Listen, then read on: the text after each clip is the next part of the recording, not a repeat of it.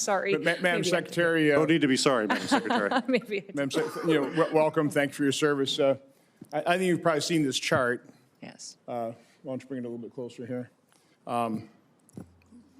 For the first time, I've brought this chart and it's showing good news. For the previous 4 years, it described a disaster, a catastrophe, a clear and present danger to this country.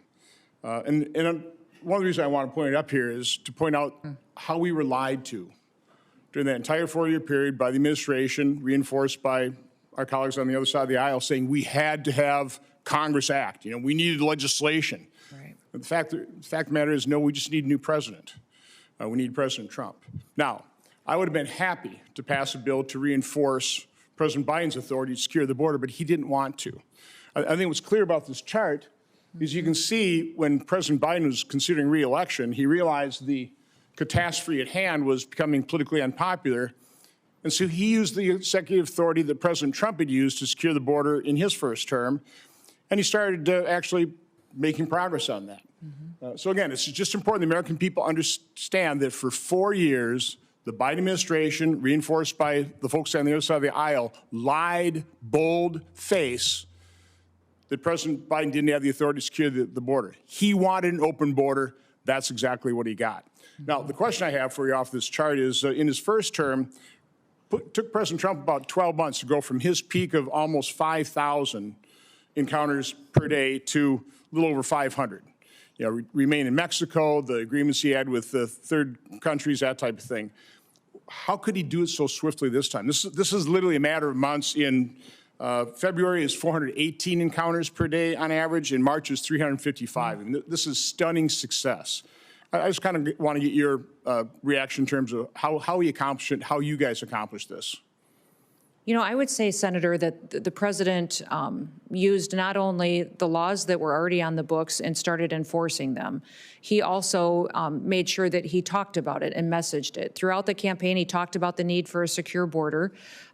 What we need to remember constantly in this country is that the world listens to everything that we say and what our leaders say.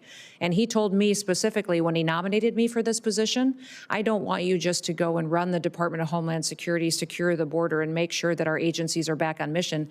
I want you to tell the world what we're doing, because the only way they're going to stop coming to this country is if they know never to leave their home country. If they know that we're enforcing our laws, they will stop coming. And that's exactly what's happening. Because of our messaging, because of the fact that we have actively talked in Guatemala, in Honduras, in Mexico about don't come to the United States anymore illegally. There will be consequences.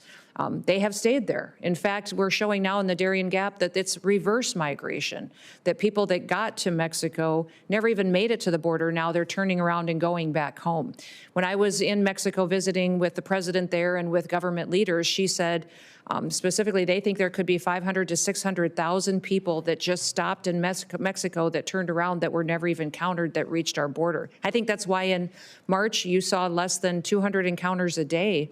And it was a historic low for this country in encounters. And it was because not only did he enforce the laws and show there would be consequences if you broke our laws, which is what our country was built on, he also made sure that we talked to the American people about why we were doing it, that it was for our safety and for our future, and that also to these other countries that it was no longer going to be the status quo of Joe Biden. And of course, that's a sea change the Biden administration welcomed. I mean, they encouraged, they incentivized people to come here.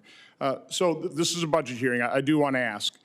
In the first Trump administration, I have best information. We built something like 458 miles of walls. Cost about $6.6 billion, about $14 million per mile. Your budgetary request right now is for $46.5 billion, a lot more. That would, at the same price, build something more than 3,000 miles. So can you kind of square that circle or circle that square, whatever? Can you explain exactly what are you asking for in that $46.5 billion? Why is the request so high when we were able to build so many miles in the first term for a lot less? Well, today the estimates are that building steel bollard wall will be over $12 million a mile, is what they're estimating. We have built about 70 miles of wall since the president has been in place, but that's been a mixture of permanent steel versus temporary versus a little bit of buoy barrier where it's appropriate that are waterborne. So again, the 12 million is less than the 14 million I had calculated. Yep. That would be way more than 3,000 miles. Are you really planning on building 3,000 The problem that miles? we have at the border right now is that we have CBP cameras and towers that don't work.